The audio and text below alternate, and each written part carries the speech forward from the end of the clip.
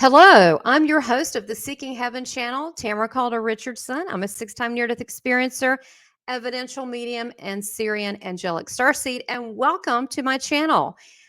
If you haven't subscribed, subscribe, tell your friends, share, and also check out my sponsor school, Ascension School, called Academy of Divine Wisdom.com. And you can look at the events and courses, and they're all available for replay. So you can learn and also have some entertainment along the way that is also educational at your own pace. So let me go ahead and just dive right in today with our speaker. I'm very thrilled and honored to be able to have our speaker today. And I've also been on their YouTube channel. And we're going to put all the links below so you can be in contact with my guest. And I want to introduce my guest right now, and that would be Vaughn Galt. Now, Vaughn, she is an author of several books. She's writing her third one now, but she is the author of Buddhist Mandalas. And I think I have an image here. Here we go. The Buddhist Mandalas explore parallel realities with sacred geometry. And we're going to talk about this and her spirituality and her background and her journey. She is also the author of Buddhist Mandalas, the Christ consciousness of multi-dimensional Mandalas. If you get an idea, Vaughn she's deep. I mean, she is just so much there. And then, of course, she's writing her new book, The Buddhist Guide to Manifest Parallel Realities. And you're going to learn a lot more about her. I'm going to bring her on, and she can tell you more about her today. We're going to talk about Vaughn's spiritual journey and how she went from learning about how she before her books, her spiritual journey, being a Buddhist, and to now how she is really helping star seeds pick their life in the astral state. So there's so much there with her. So let me bring her on. Hello, Vaughn. How are you? Hi, Tamara. How are you? Good. You look beautiful as always. I think the first time that you interviewed me on your YouTube That was channel, a delight. tell everybody your YouTube channel.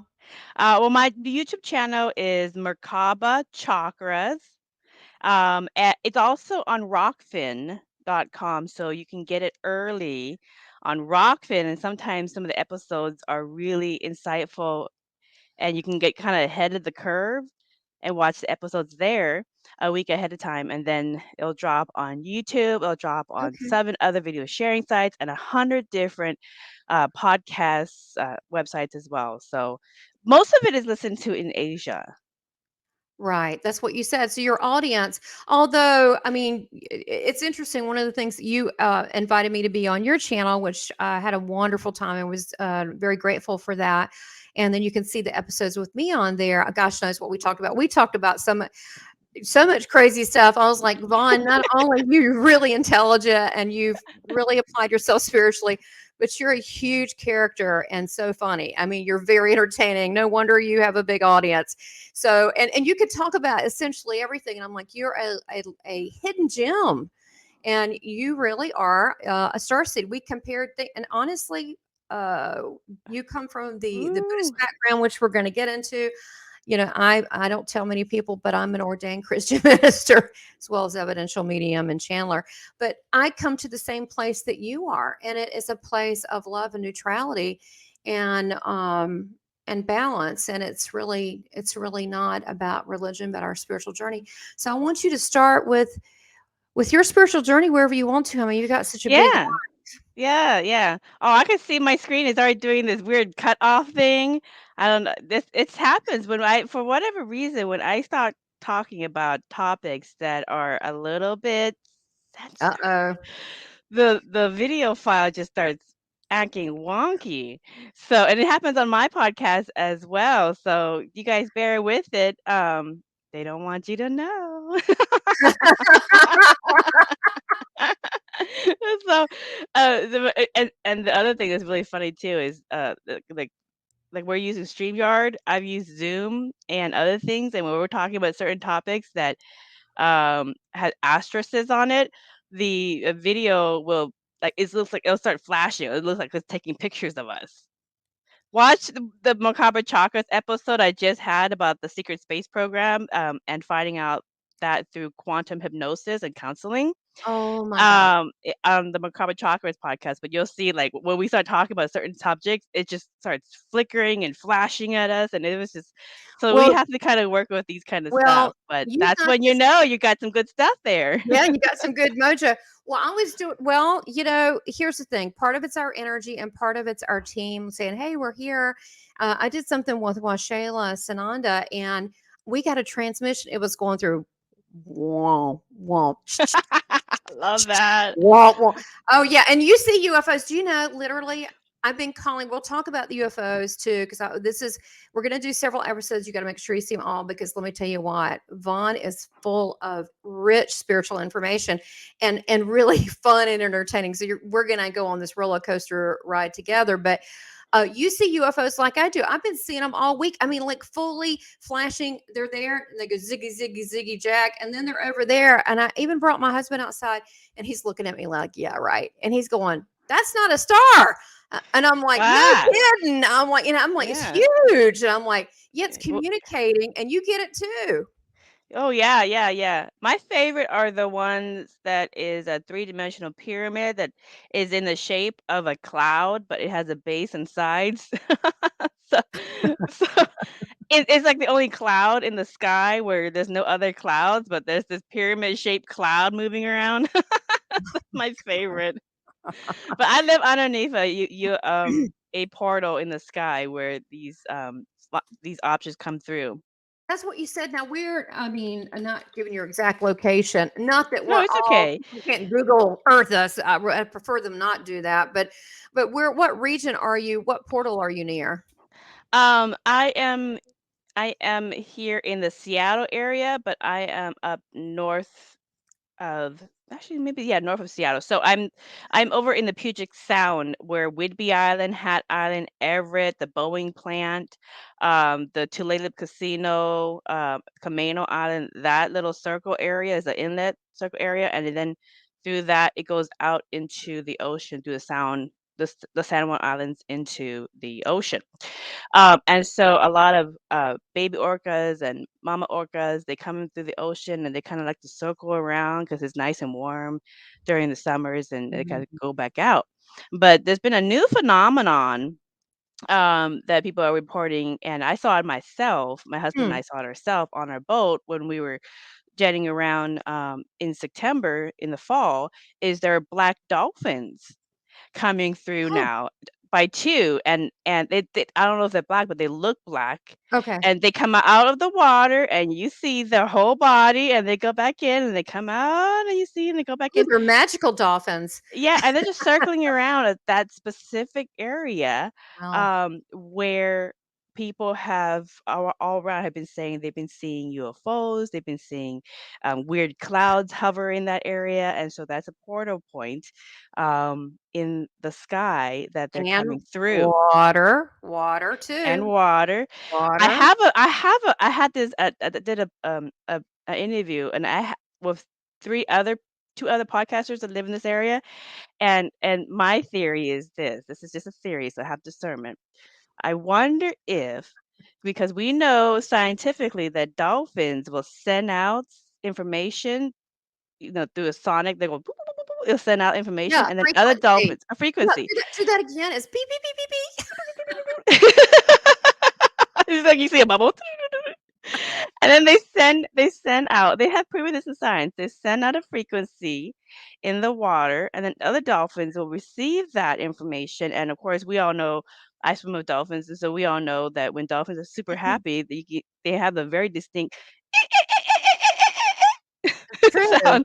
That's true. Yeah, they're So, like, "Yay, yay, yay, yay, yeah, yay." yeah, Yeah. yeah. I get it. I get it. I get it. Well, anyways, these black dolphins are coming through the specific area, and where there's a portal in the sky where UFOs are coming through, and if you're the frequency, you'll see them. If you're not the frequency, you won't see them. Some neighbors are seeing them while they're standing with other neighbors that aren't seeing them because they're not in that frequency to see it. It's a whole frequency thing. But Mhm. I wonder if the dolphins are coming through to either send a message frequency to the UFOs, or the UFOs are sending a message to them and they're taking it and then going out to sea with it. Because dolphins, from what I know, You're are intelligent. warm water creatures, why are they coming up to the Pacific Northwest, all the way up here where it's cold water? Oh my gosh.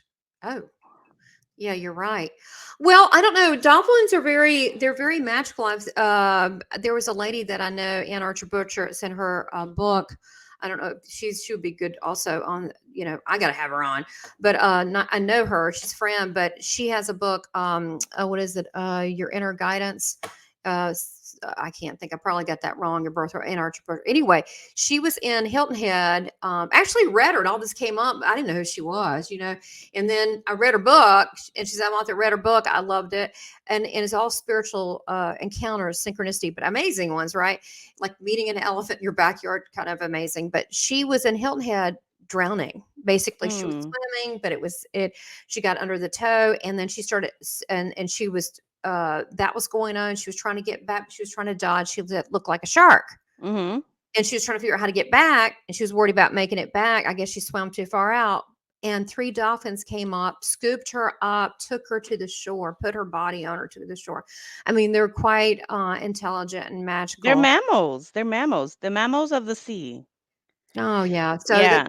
which we could get into Lemuria, but before we We go can get into the well, Myria episode before because they we do go factor way in. down the cosmic railroad tracks. Start getting into mermaids and in Yeah. Lemurian folklores of Buddhism. Which I love. I'm totally for. Okay, but I want to hear about you. But as Yes. people are watching, you can see how much fun, how delightful this is. I mean, you don't know what's going to come up when we're talking, but you just don't.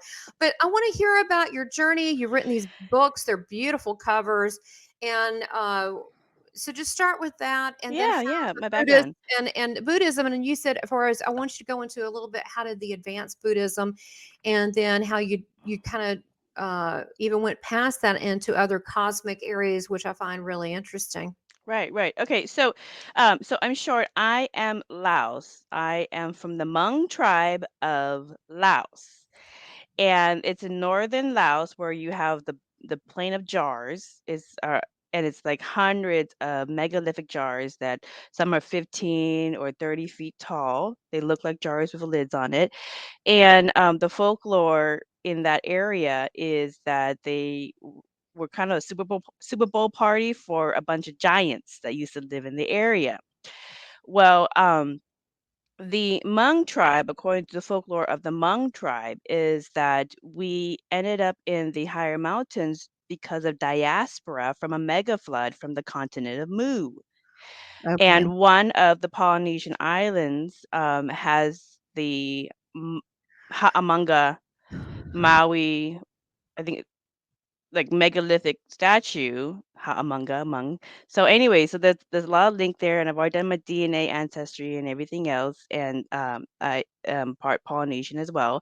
But it was so long ago that people forgot that we were from the islands. So, anyways, these people, diaspora, among many others in ancient times, had to either go up to the mountains where all the pyramids and megaliths are on the very tippy tops, or get to anywhere that there's high ground.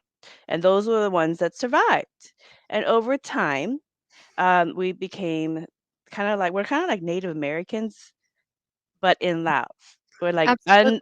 unrecognized Native Americans, but unrecognized No, Hmong people of Laos. not Like true. we don't have our own territory. That's what I'm saying. We don't Well, have our no, own no, like that might be true, but I will say reservation. that I did see that represented. Believe it or not, I went to in Washington D.C.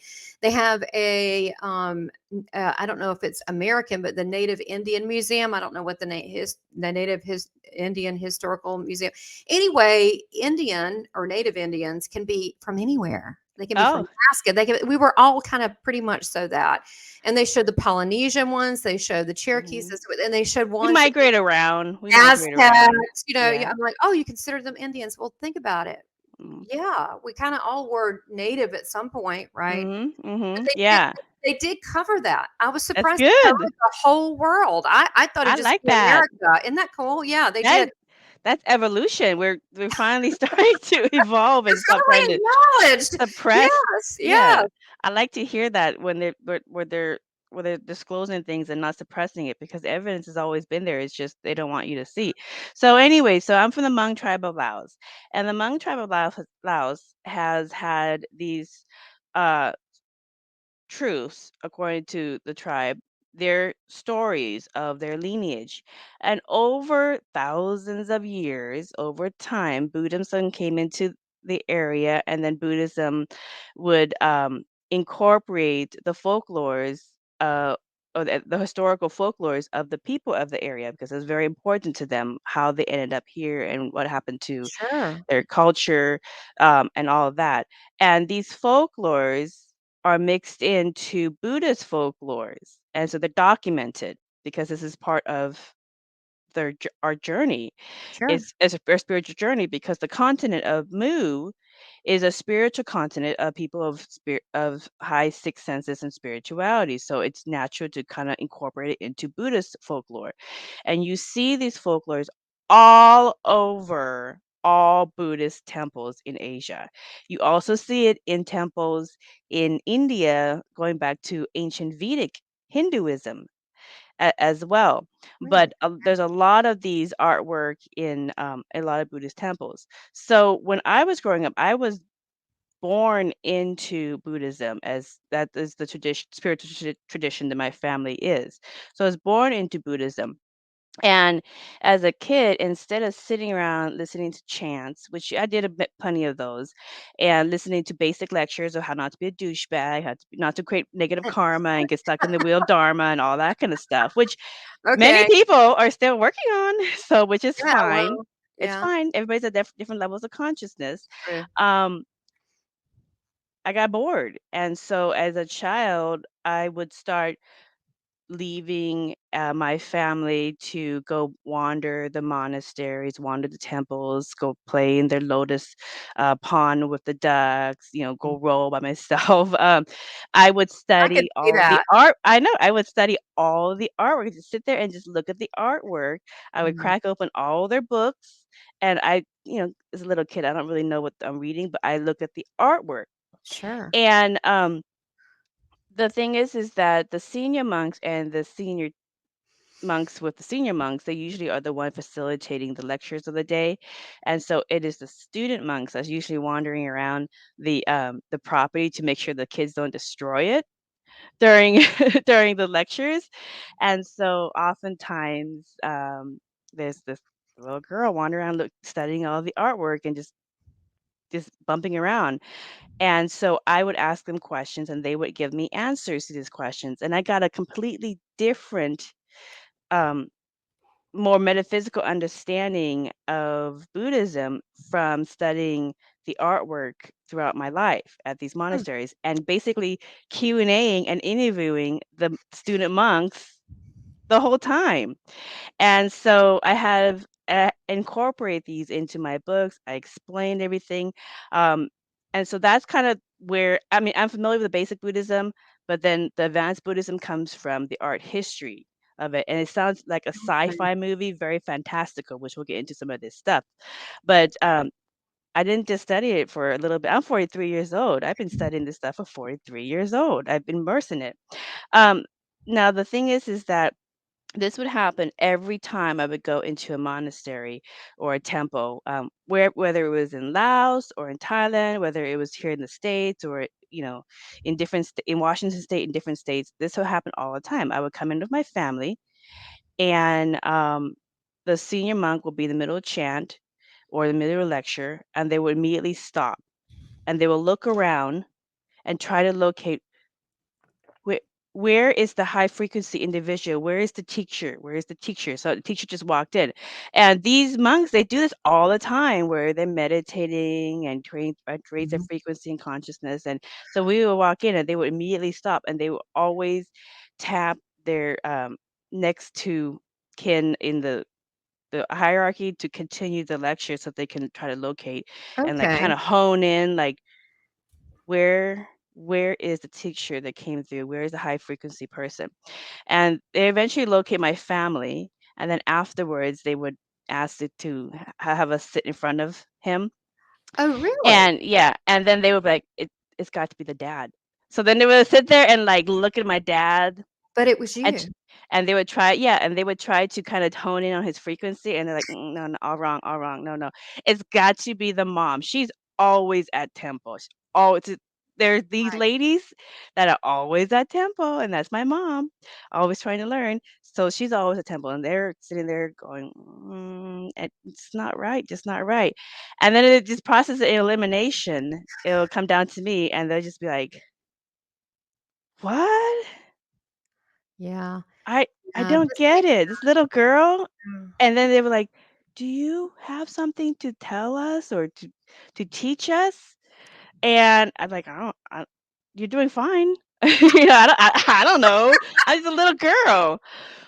And so they would just be dumbfounded, and they'd be like, "That's she's the one she's supposed to be teaching the message of the Dharma." so they got Um, that. Oh my they gosh. go see all the senior monks, every single one of them, and they're like, "But she's not ready for whatever reason to present it. She doesn't know it. It doesn't come, but the frequency is still You were there." still a child. You were It's still still yeah. yeah, you were still It's growing and learning. You still had this body, you still had this world to deal with.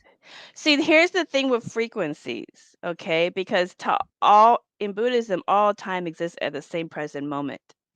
Oh, Okay? that's cool. All Well, time that's exists actually true. Yes, there is no such thing. yeah. Okay, go ahead. But we only see linear time because we're focusing on one at a time. You're right. But source incarnate into everything exists Yeah, all at once. yes. Okay. So anyways, but it all exists all at once in one big bubble reality. And we're all bubbles as well. But anyways, the thing is that if you know about frequencies, like let's say you've ever used a Royal Rye frequency machine or any kind of frequency machine, what they ask is they ask for like a nail clipping or some kind of DNA sample of the person that you're going to send healing frequencies to.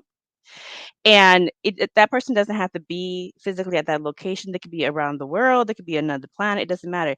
Anybody with that DNA or that specific Mhm. frequency of DNA is going to get the energy healing. Okay.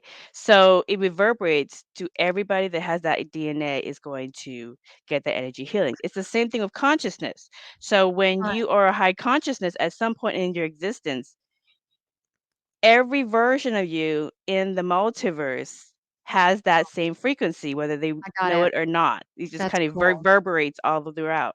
So that well, a little bit going a little bit into We're we're the gonna do the science of mer that. we're going to do a whole show just on the multiverse and interdimensionality, so it's gonna blow your mind. And your Yeah, Merkabahs, yeah. So and anyways, Merkabahs, lots of Merkabahs, 'cause yeah, so I'm obsessed with Merkabahs. They're all over the house. That and yeah. angel wings. So anyways, but that's what the senior monks and all the temples and monasteries I've gone to were picking up is they're picking up that teacher energy. Got it. But that teacher energy was still a child because the energy reverberates through time and space, Mhm, they okay? knew. They They knew. knew, they just like, "Okay, what can you just teach us what can you get" and then like, "I don't know what you're talking about." Here's the thing, so I grow up and I have my normal I'm just a normal American gal with immigrant family, all that kinda stuff, dating boys, doing the high school, all that, going to college. So I went to college, and right around this time is when, social media and websites were coming out. And a lot of my favorite monks and nuns were starting to put their content on websites and online, so I would follow them. And then there was an initiative that the Dalai Lama really supported, and many other prominent monks and nuns were supporting, is to go into academia and participate in mindfulness, consciousness, and meditation research just to see what if the stuff that we've been studying is true? How can we fill in the holes? How can we clarify things? Because it's an evolving thing. There's no Yes. gospel, and nothing is gospel. It's Yeah. an evolving understanding of consciousness and how we create Yes. physical reality from a Yeah. consciousness through mindfulness, meditation, etc. So this initiative was happening. I was following all this research. And over the course of 20 years of following this research, I had gotten so much research from academia that it completely supported my childhood understanding of metaphysics from studying all the art history in the monasteries. And so that's what brought me into talking about metaphysics, consciousness, energy healing, because this is all the stuff that is in the artwork. Because what happens over time is people become illiterate, but in order to store knowledge, you put it in art. And art has like a picture tells like 1,000 words.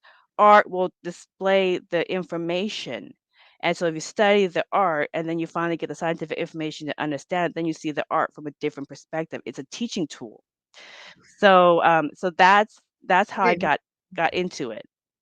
So I want to talk about the covers of your book too. So because you're really talking about the sacred geometry, about the what is the Merkabah. People have different. I mean, I know there's different religions that talk about the Merkabah and being a little chariot and carrying you places. Although it can do a lot of other things, and I'd like to get your understanding of what that is, and also through the art, how what they were trying to communicate through sacred geometry. And for those of you watching that don't know, any type of sacred geometry is not just a symbol or a form.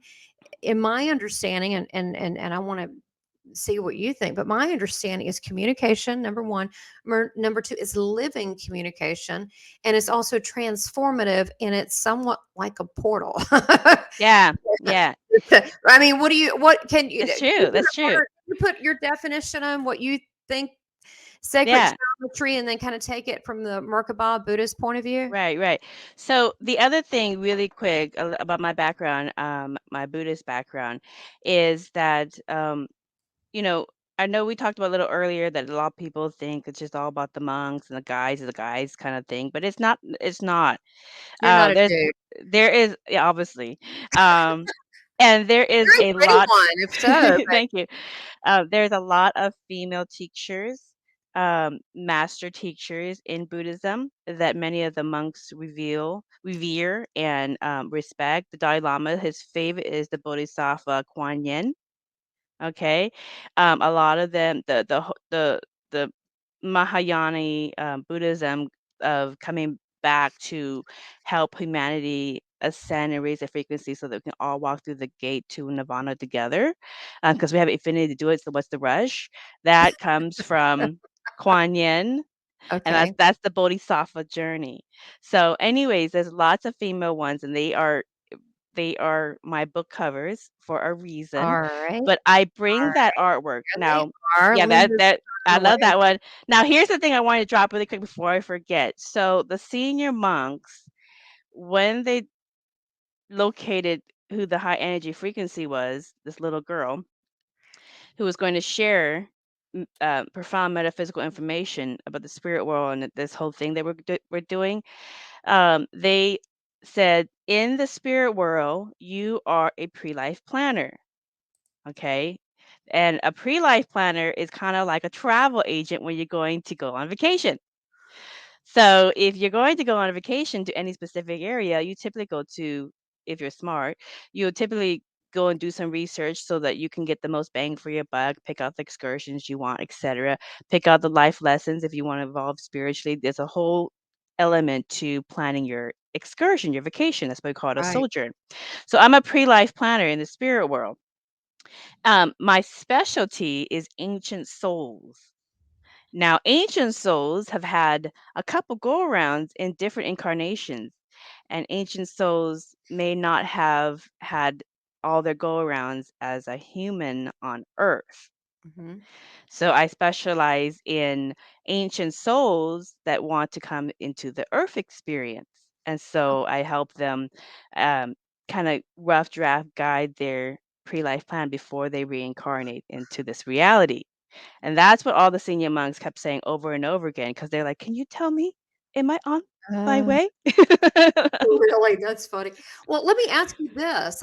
Okay, so I want to get a clarification, especially people watching with a couple. Ancient would be we're talking about off-planet stuff, like Off back to planet, Earth, right from source.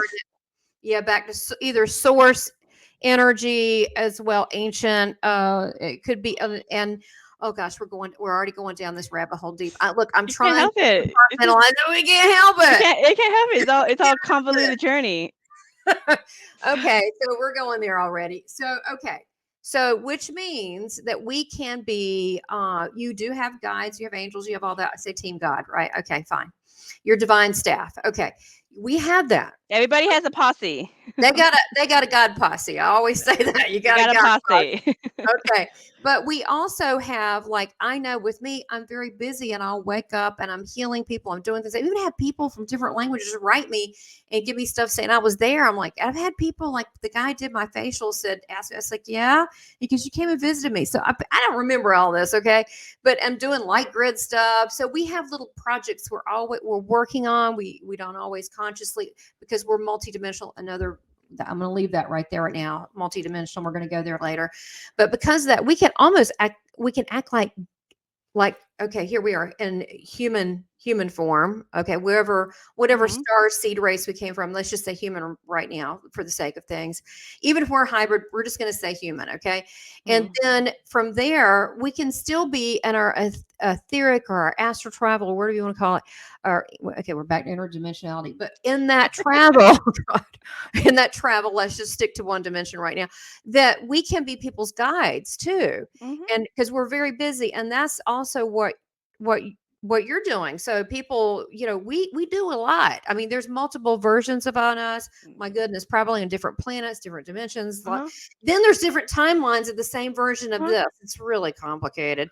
Well, that's why it's always recommended just work on your Right now, right now. Just work on the present incarnate. Just it's focus on. on just fo just focus on the joyride you picked out in the amusement park and try to have a great time in that one joyride that you're present in right now. Don't go on the joyride and start looking around and where you're gonna go next, and then because then you completely missed Right. out on the ride you chose. Yeah. So, Yeah. Boy, and that's when you're actually very powerful. And I love how you use humor, because I'm do the same. I laugh and I'll say things, but if you listen, there's actually wisdom in there. And you do that too. And the reason is because people, they're, yeah, I don't know if you notice, but a lot of people out in the world here, especially material world, they're very sometimes too serious. And so Oh it's hard yeah. to receive a spiritual message if they're all locked up and, all, spiritually constipated. They need, when you laugh. Like constipated. Well, it's making the spirit the opposite of spiritual constipated is spiritual ego. So I want to address this because Okay. this has come up as well. There's this Okay. I'm not sure if it's a misconception or a stereotype, whatever label you want to put in that, but there's this notion that if you're spiritual, that you gotta look or especially if you're Buddhist and spiritual, you gotta look like you just came out of a mountain and not So, be not with be a little robe, cleaned up. Yeah, you gotta the be robed makeup, up. No makeup, no jewelry, no, the oh, flowers in your hair. Oh my God, no feathers, I love this. I'm making no bling. myself. Oh my gosh, no bling. This is horrible. I know. Yeah, yeah, right. You're just projecting your own insecurities in what you think is spiritual. And project it on the other people too, because people try to do that to me, which, you know, Yeah, same yeah. thing. And I'm like, nah. And I think you can be many things. You You can could be be whatever you want with this whatever you want. upgrade. It's the modern times. Upgrade It's yourself, modern okay? times. Get with it. Get What is with it. We don't all have to look on the like grid? We're right. We don't off the grid. Get back on it. exactly. We don't all have to look like The we're crystalline from like grid. The yeah, crystalline grid. right, right. So anyways, that's a stereotype that people need to kind of move beyond. Um, but because the thing is that w- based off of what they produce.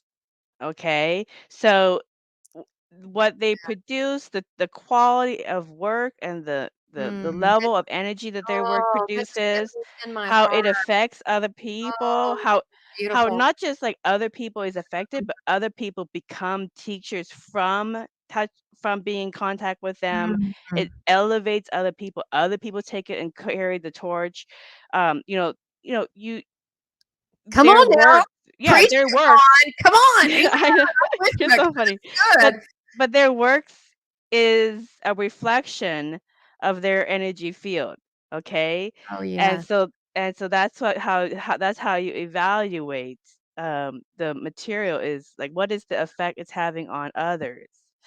And And I'm not just the effect it's having on others, but a really good teacher is one that teaches, sits back, and wants to learn from their students or their peers, which is one of my favorite things. Is I don't want to be up there talking all the time. You oh, teach me something, you well, that's know? about being having humility. I know for it was I added it up, it pretty much so sucked. 18 years they told me to teach. I'm like, ain't doing it, too much responsibility. People could go in here and Yeah, act crazy. And then finally I'll go to and then they said, you don't have to be responsible. They're responsible for themselves. I'm like, I don't know about that. yeah, And then I'm like, well, who am I to say whatever? And then because look, first of all, you forget who you are. Number two, we're gonna tell you exactly what to say. And I yeah, went, like when? He goes, like all the time, like we do now. And I'm like, oh, okay. But the thing is, I think it is a turn off. I think when some people go, I'm this, I'm that. But at the same time, it's important that we all follow our heart and walk into our power. Because when we empower and love ourselves, we can love other people. And didn't we just say before we started this episode, I said, look, if I believe in someone genuinely, I try to promote them. I do it. And we're trying to build this star seed community of people that are all doing different things helping. They all have their specialty, yeah, right? They all have their, and we're pulling it together, and it's just amazing. And yeah. so I think if we all felt confident in ourselves, that everybody should do that. Like I love you're different than me, but yet we have a lot of similarities. But I love Right. I can learn about your journey and how fascinating and then it gets me all pumped up to want to learn more. And then I want to get, then I go down this track of learning, I want to learn Buddhism now. And then now I'm remembering Buddhism, because I Uh-huh. spent Yeah, all you do is remember level. stuff. You don't learn anything new. Yeah, you You just remember. remember, like you hear something, you're like, that feels true because I remember that. But I just wanted to also clarify this concept of Buddhism as a religion because it's not a religion. It's just a philosophy for for how you create your physical reality through your consciousness. Buddhism comes from the Sanskrit word Bud, which means to be awake within the matrix, to realize that you're an energy field projecting out physical reality from your level of consciousness, and that you have dominion over physical reality. And if you didn't want this physical reality experience, you would just go back to nirvana, the spiritual emptiness of nirvana with source in the void. You're exactly right. And you Nobody know what? made you. You chose to have this vacation. Okay, look, come on. This is about spiritual maturity, and that's the truth. The other thing people, an example, of what you're saying, what I'm thinking, is people will go, well, that's not true. I really need, what's a typical thing? More money. Okay, so I can do X, Y, Z, whatever. But the thing is, I'm like, you could have that, and here, someone writes you a check for a couple $1,000,000, but they don't want it. You know why? They have reasons. They have reasons. They want acknowledgement. They want to work hard so they can feel like they earned it. They don't want to be given it. They want to feel like I did it. Check off on my mission part of it.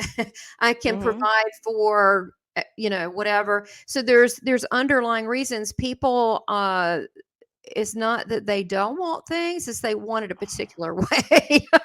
Well, see, that's exactly what Buddhism is understanding our consciousness. Basically like source that energy of life, that spark of the soul is splinted off into everything. Everything has a piece of source, God, Allah, whatever the Mm, universal one mind they call it in Buddhism. Everything has that piece of living light in it. The only difference between that microphone and you, Tamara, is the frequency that holds the shape. Now mhm. you can incarnate as a rock, and that's a really slow, Yeah, boring existence, but there's a life lesson in it being right. in a steady, you know, I'd rather state of existence. I'd rather Yeah, be you could be that as well. So anyways, that's the only difference. It's just and they know this in sound frequencies as well. Because I dropped this is all in the books too. But if you want to change the DNA structure of anything, you just change the frequency. So they did this in sound energy research where they took these doctors and researchers took the eggs of a salamander, and they shone a light that had the DNA signature of a frog into the salamander, and the egg of the salamander hatched open. It was a frog.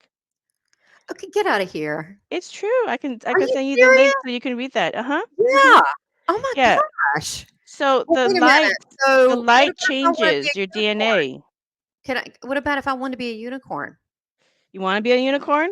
Will it be real? Yeah, well, really, not Well, really. you gotta really want it. A Pegasus. That'd be better. That's why my daughter's always pretending to be a Pegasus in her Roblox games.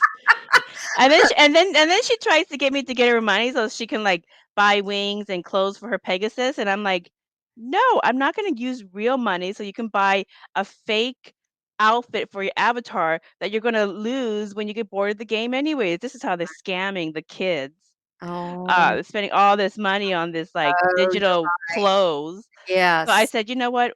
There's more than one way to get what you need. Why don't you go around your friends on Roblox and say, um, fundraiser to help me get my wings, and when I get my wings, you can ride me, and I'll give you free pony rides on Oh, Pegasus."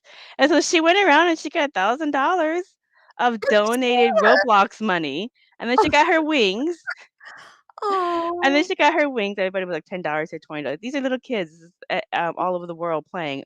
And she got her wings, and then she's flying oh, around the Roblox game, and all the people who donated is like, "Oh, I want." So then they'll change the avatar into a kid, and they'll ride her, and she'll ride around their fairy tale thing. Well, this is what they do, and so I'm like, "Good, you found a way to get what you needed without using real money, all of my real money."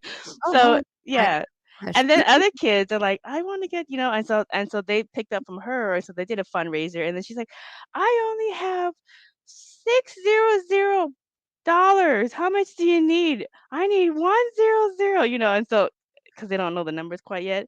So Oh, anyways, and so they're donating amongst each other, but they're doing this in Roblox where they're donating amongst each other, but I'm like, "You have to know when it's a real and not real. This is not real, okay? So don't get too into cyber world."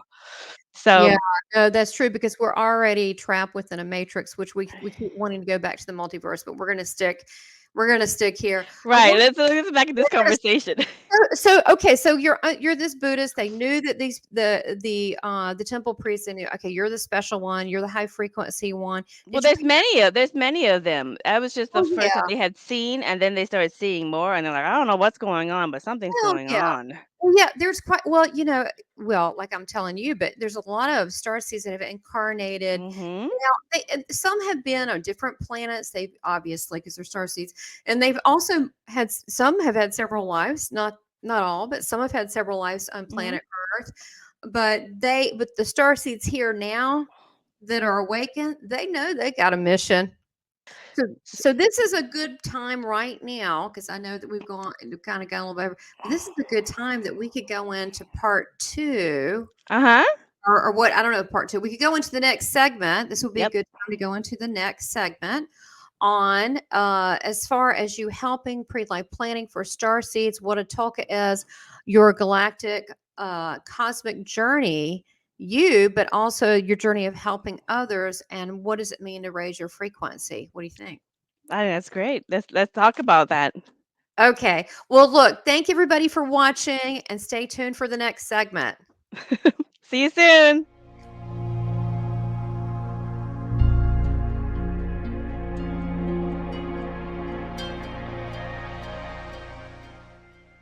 Please subscribe, like, and make comments, and support this channel by becoming a member. Thank you for your continued support.